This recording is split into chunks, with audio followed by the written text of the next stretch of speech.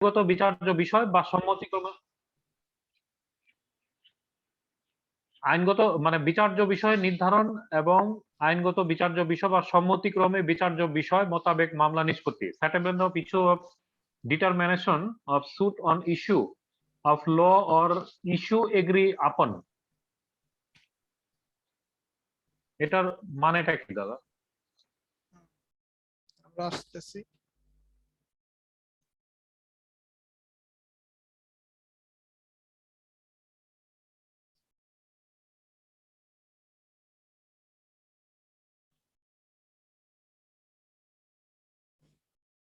আচ্ছা, আপনার কথা হচ্ছে যে কোনো পার্টি কোনো কিছু যদি অ্যাডমিট করে নেয়, কোনো কিছু যদি স্বীকার করে নেয়,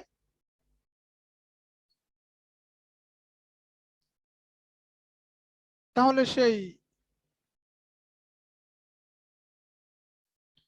স্বীকারের উপর ভিত্তি করে তাহলে সেই অ্যাডমিশনের উপর, অ্যাডমিশন মানে কি? অ্যাডমিশন মানে হচ্ছে স্বীকার করে নাও। স্বীকারোক্তি, স্বীকার করে নেওয়া। আচ্ছা, তাহলে আপনার কোশ্চেনে যাওয়ার আগে আমরা এই বিচার্য বিষয় জিনিসটা কি সেটা একটু শিখি, তাহলে আমাদের কোশ্চেনের আনসারটা খুব সহজ হয়ে যাবে। যেখানে যেটা বলছে যে যে বিচার্য বিষয় হচ্ছে যে সেই বিষয়টা যেটা দুইটা ক্ষেত্রে হতে পারে। একটা হচ্ছে ফ্যাক্টের ক্ষেত্রে, আর একটা হচ্ছে লয়ের ক্ষেত্রে। একটা হচ্ছে ফ্যাক্টের ক্ষেত্রে মানে ঘটনার ক্ষেত্রে, আর একটা হচ্ছে লয়ের ক্ষেত্রে বা আইনের ক্ষেত্রে। আচ্ছা, আপনার আদালত বিচার্য বিষয় আসলে কি করে?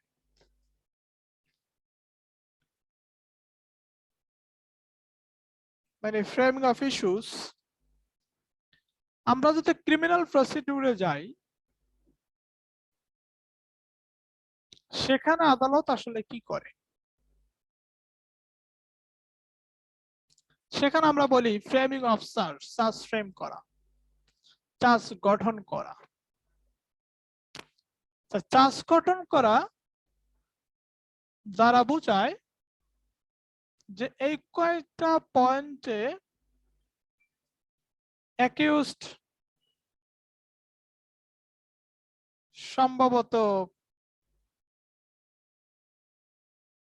এই কয়েকটা পয়েন্টে অ্যাকিউজড সম্ভবত মানে ওই ব্যক্তি অভিযুক্ত আর কি, এই কয়েকটা পয়েন্টে তর্ক বিতর্ক হবে।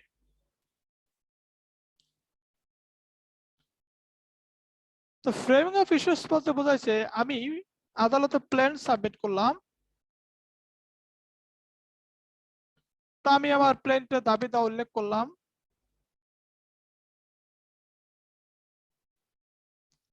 এখন রিটেন স্টেটমেন্টে অন্য পক্ষ কি করবে? রিটেন স্টেটমেন্টে অন্য পক্ষ যেটা করবে সে প্লেন্টের এগেইনস্টে বলবে, ঠিক না? রিটেন স্টেটমেন্টে প্লেন্টের এগেইনস্টে বলা হয়। তো রিটেন স্টেটমেন্টে কি করা হয়? প্লেন্টের এগেইনস্টে বলা হয়। তো এখানে দেখেন, তার মানে প্লেন্টে এক পক্ষ কোনো কিছু দাবি করতেছে, এই রিটেন স্টেটমেন্টে অপর পক্ষ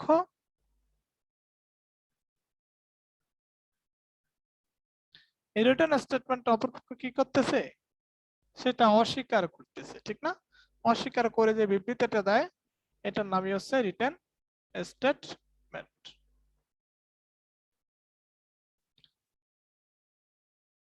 তো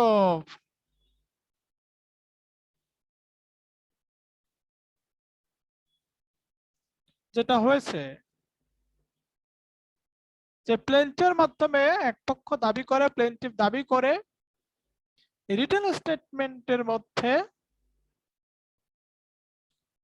ডিফেন্ডেন্ট কি করে, প্লেন্টের বিরুদ্ধে কথা বলে।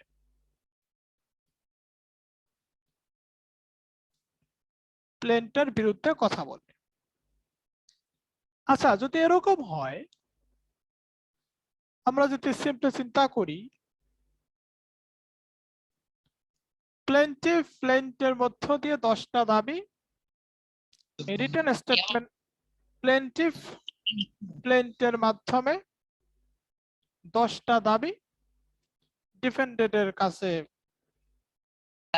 তীর দিলে কি দিব? তো আপনার প্লেন্টিভ 10টা দাবি করলো, ডিফেন্ডেন্ট বিবাদী 5টা দাবিকে মেনে নিল যে হ্যাঁ হ্যাঁ যে হ্যাঁ 10টা দাবি, এর মধ্যে আমি 5টা দাবি মানি আর 5টা দাবি মানি না। মানে প্লেন্টিভ যে 10টা দাবি করছে তার মধ্যে 5টা দাবি ডিফেন্ডেন্ট বলছে ঠিক আছে আমি এটাকে অ্যাডমিট করে নিলাম, আর আর 5টা দাবিকে অ্যাডমিট করে নাই। তার মানে কনফ্লিক্টিং বিষয়টা কিন্তু থেকে যাচ্ছে, বিচার করার জায়গাটা কিন্তু থেকে যাচ্ছে। প্লেন্টিভ প্লেন্টের মাধ্যমে আদালতে যা উপস্থাপন করে, ডিফেন্ডেন্ট রিটেন স্টেটমেন্টের মাধ্যমে আদালতে যা উপস্থাপন করে, এই দুয়ের মধ্যে যে একটা পার্থক্য সৃষ্টি হয়, একটা ইমব্যালেন্স সৃষ্টি হয়, এটার নাম হচ্ছে মূলত আমাদের কি আপনার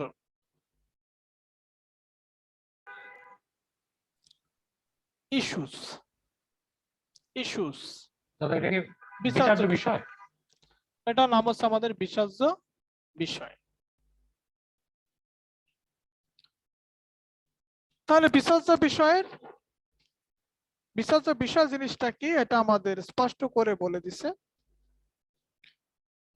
অর্ডার 14 এর রুল 1 এর 1 এ, issues arise when a material proposition of fact or law is affirmed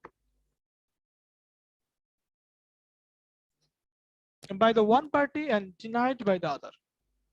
অর্থাৎ এক পক্ষ কোন একটি ঘটনা স্বীকার করে, অপর পক্ষ সেই ঘটনাকে যখন অস্বীকার করবে, মেনে না নিবে, তখন হচ্ছে বিচার্য বিষয়ের উৎপত্তি হয়। এটা ঘটনা সম্পর্কিত হতে পারে, এটা ল সম্পর্কিত হতে পারে। আপনার যে প্রশ্নটা ছিল নাইমবেন, যে আমাদেরকে সবসময় কি বিচার্য বিষয় গঠন করতে হবে? না, আমাদের সবসময় কিন্তু বিচার্য বিষয় গঠন করতে হবে না। যেমন এরকম হলো, আপনার যেমন প্রথমে যদি দেখি যে 1 এর 6 অর্ডার 14 এর রুল 1 এর 6 নম্বর পয়েন্টে বলছে, nothing in this rule requires the court to frame and record issues where the defendant at the first hearing of the suit makes no defense. The defendant makes no defense. মানে যিনি বিবাদী আছেন তিনি কোনরূপ defence করেন না। কখন? at the first hearing of the suit, শুনানির প্রথম দিনে। মানে হচ্ছে শুনানির প্রথম দিনে বিবাদী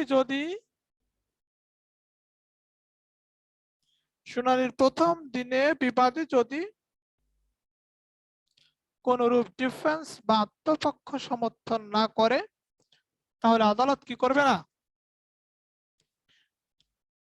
আদালত ইস্যু ফ্রেম করবে না, বিচার্য বিষয় গঠন করবে না। অর্থাৎ আমি প্লেন্টিফ হয়ে আপনার নামে সিভিল সুট করলাম,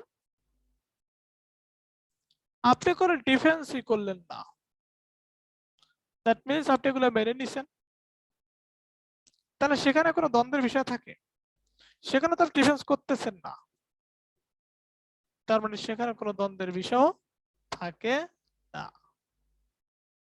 এই জায়গাতে আপনাকে ইস্যুস ফ্রেম করার দরকার নাই। আপনার প্রশ্নটা ছিল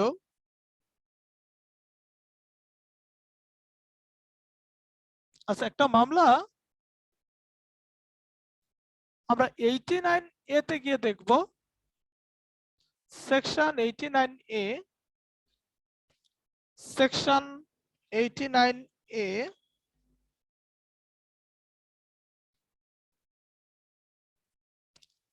সেকশন 89 ক ধারায় গিয়ে আমরা দেখব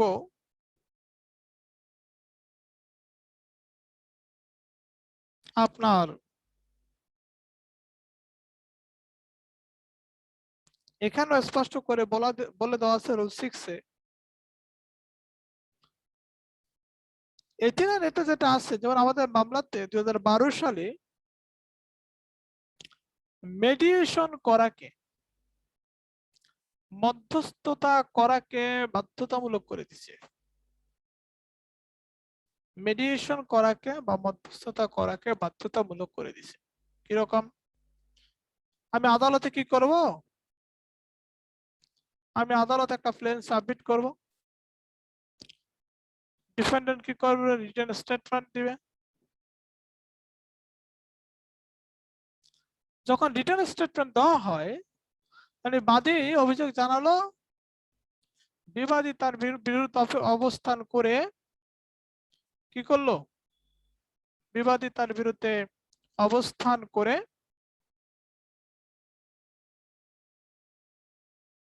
আপনার বিবাদী তার বিরুদ্ধে অবস্থান করে কি করলো? রিটেন স্টেটমেন্ট দাখিল করলো।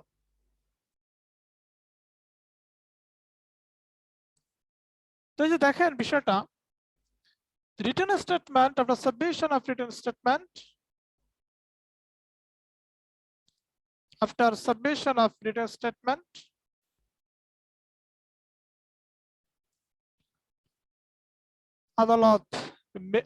আদালতের জন্য মেডিয়েশন করার সুযোগ দেওয়া বাধ্যতামূলক। মানে আদালত বলবো আপনারা মধ্যস্থতা করেন, মামলা মোকদ্দমা দরকার নাই, করছেন তো করছে নাই, আপনারা দেখেন আপনারা নিজেরা মিলতে পারেন কিনা, আপনারা নিজে বলতে পারবেন কিনা, মিলে যান কিনা। তো এটাকে বলছে মেডিয়েশন। মেডিয়েশন একটা সিদ্ধান্ত হয়, মেডিয়েশনে একটা সিদ্ধান্ত হয়। যদি এরকম হয় যে না, তারা নিজেদের মতো করে তারা তাদের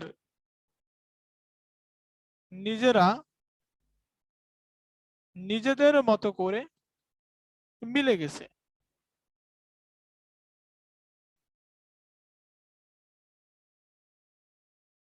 তারা তাদের নিজেদের মতো করে মিলে গেছে, তখন এই যে এরা যে মিলে গেছে, মীমাংসা হয়ে গেছে,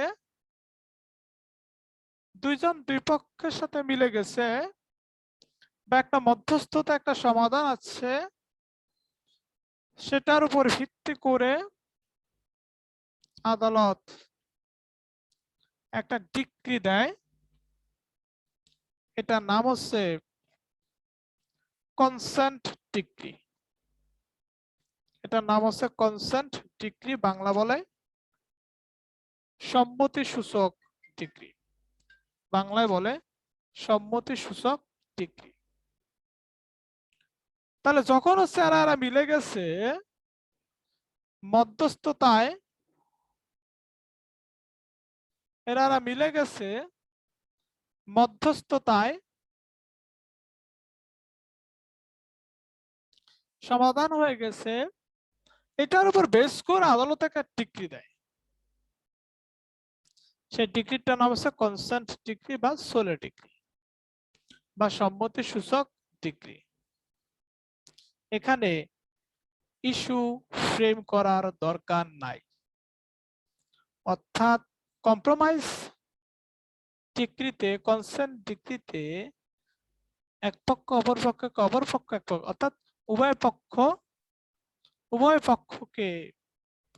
পক্ষের সাথে মিলে যায় এবং সেটার উপর ভিত্তি করে যে ডিক্রিটা দেয় সেটার নাম হচ্ছে কনসেন্ট ডিক্রি, সেটার নাম হচ্ছে কনসেন্ট ডিক্রি।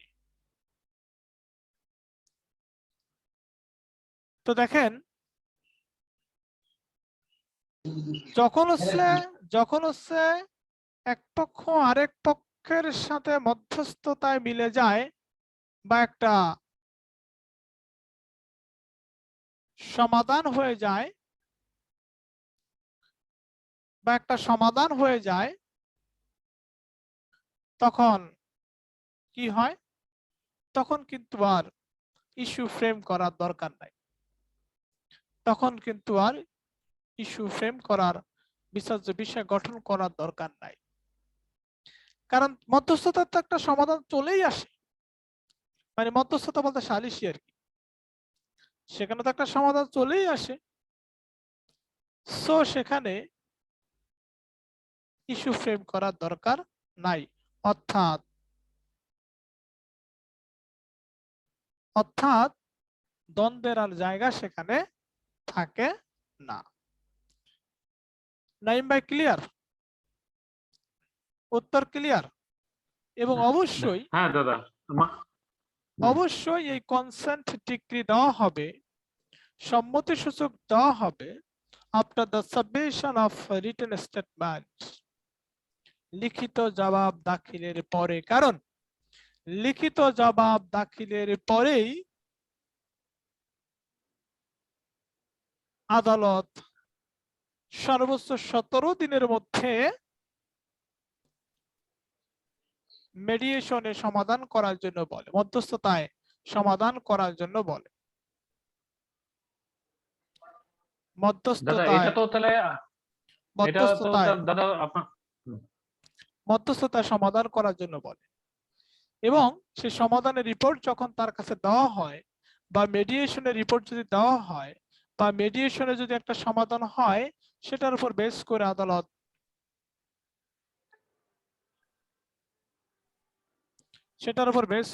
কি করতে পারে?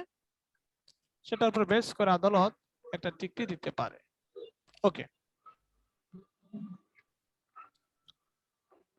তাহলে এটা গেল কি নাইম ভাই? দাদা এটা তো সম্মতি, হ্যাঁ এটা তো সম্মতি মানে যদি হয় আর কি দাদা, সেই ব্যাপারটাই তো এখানে তুলে ধরছে, তাই তো দাদা? হ্যাঁ হ্যাঁ হ্যাঁ, এখানে সম্মতি দেয় মানে কি, মেডিয়েশন একটা সমাধান আসে, মানে মেডিয়েশন প্রত্যেক একটা, মামলাতেই মেডিয়েশনের একটা ব্যাপার থাকে যে আপনারা এটা, তাই তো, যে আপনারা দেখেন এটা যে এটা সমাধান করতে পারেন কিনা, যদি এটা না হয় তখন দাদা আগাবে, তাই তো?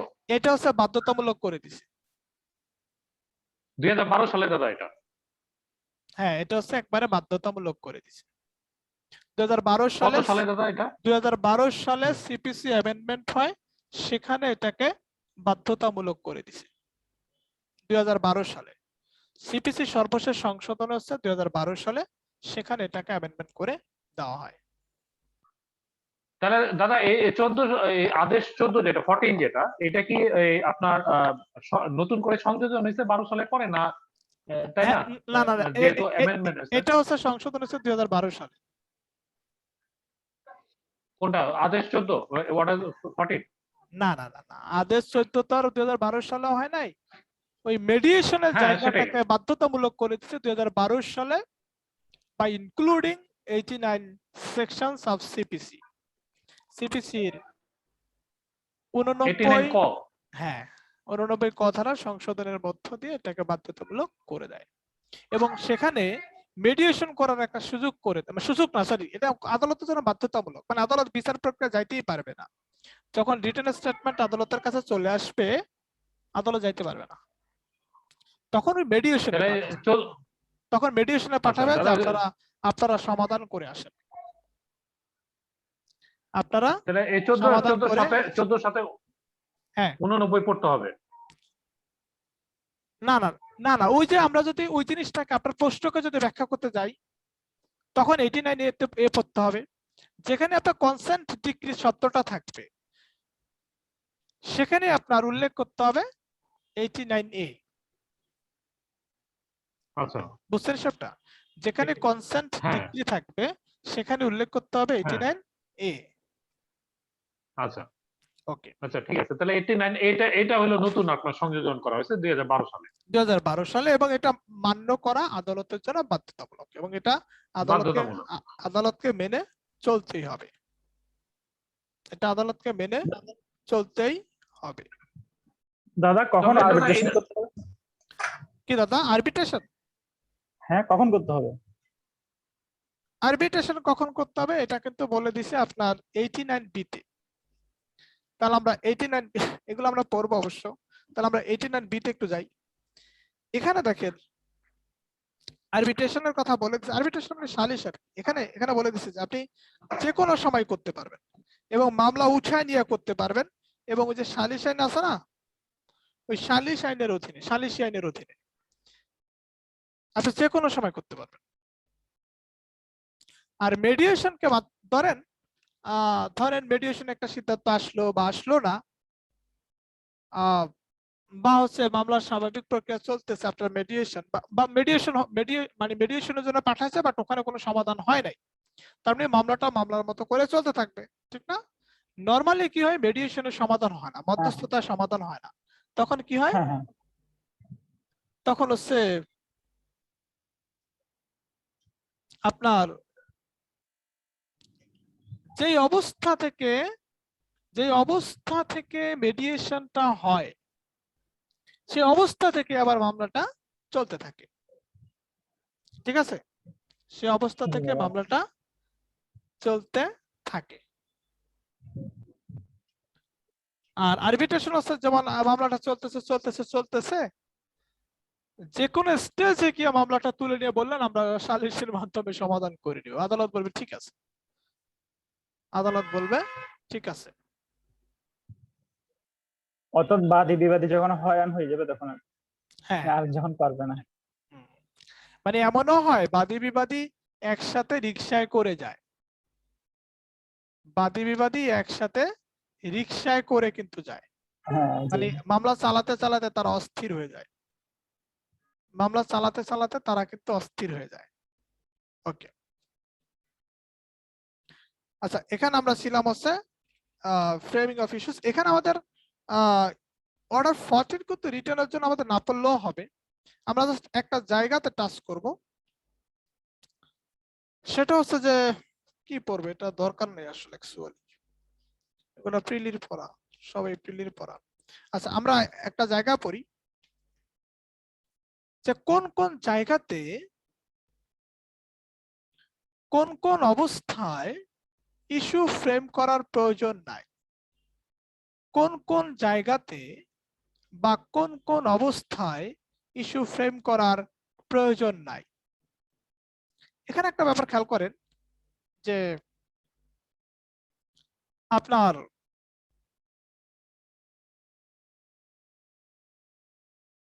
এই যে আমরা দেখলাম যেখানে কনসেন্ট ডিগ্রি থাকবে সেখানে বিচার্য বিষয় গঠনের প্রয়োজন নাই, এক। 2 নাম্বার হচ্ছে যে প্লেন্টিফ কি করলো, প্লেন্টিফ হচ্ছে না, প্লেন্টিফ হচ্ছে প্লেন সাবমিট করলো, প্লেন্টিভ আছে, প্লেন সাবমিট করলো। তো প্লেন্টিভ আছে, প্লেন সাবমিট করলো, তখন ইআই কি করবে? ডিফেন্ডেন্ট কি করবে? রিটেন স্টেটমেন্টটা জমা দিবে। এবারে কি করলো? কোন রকম ডিফেন্স করলো না, মানে কোন রকম ডিফেন্স করলো না। অস্বীকার করলো না আর কি। হ্যাঁ হ্যাঁ হ্যাঁ, না না না, কোনো কিছু না, অস্বীকারও করে না, স্বীকারও করেন, ডিফেন্সই করে নাই বা অস্বীকার করেন, হ্যাঁ ওটাও বলা যায়। তো যেটা হবে সেখানে কিন্তু আপনার ফ্রেম ইস্যু করার দরকার নাই, সেখানে কিন্তু ফ্রেম ইস্যু করার দরকার নাই। ইস্যু ফ্রেম হবে না, কারণ দ্বন্দ্বের জায়গাটাই তো থাকে না, ইস্যু ফ্রেম করবে। আর ইস্যু কি? এক পক্ষ স্বীকার করবে, অপর পক্ষ স্বীকার, মানে এক পক্ষ দাবি করবে, অপর পক্ষ সেটাকে অস্বীকার করবে, অর্থাৎ একটা দ্বন্দ্বের জায়গা সৃষ্টি হবে, একটা দ্বন্দ্বের জায়গা সৃষ্টি হবে। সে দ্বন্দ্বের জায়গাটা নিয়েই কিন্তু ইস্যু ফ্রেম করা হবে, বিচার্য বিষয় গঠন করা হবে। এবার চলে আসেন, তাহলে আছে এখানে যেখানে ডিফেন্স করবে না সেখানে বিচার্য বিষয় গঠন করার দরকার নাই। নেক্সট পয়েন্টে আসেন।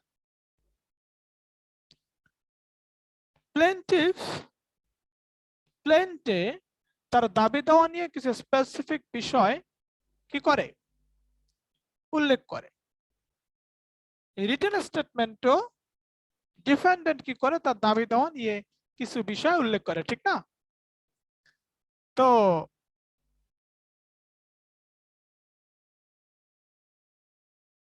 যেটা হয়েছে বিষয় যে ধরেন প্লেন্টে উল্লেখ নাই কিছু বিষয়, রিটেন স্টেটমেন্টও উল্লেখ নাই, এমন কোন বিষয় নিয়ে আদালত ফ্রেম ইস্যু করতে পারবে না, অর্থাৎ ইস্যু ফ্রেম করতে পারবে না, বিচার্য বিষয় গঠন করতে পারবে না। দ্যাট মিন্স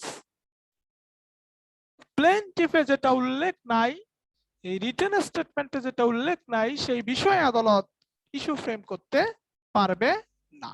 ওকে, নেক্সট হচ্ছে ওই যে সেখানে ডিফেন্স করা, ঠিক ওটার মতো কাহিনী। আচ্ছা, আমরা দেখছিলাম এক্সপার্টি কখন হয়? এক্সপার্টি কখন হয়? এক্সপার্টি হয় হচ্ছে যখন হচ্ছে ডিফেন্ডেন্ট আদালতে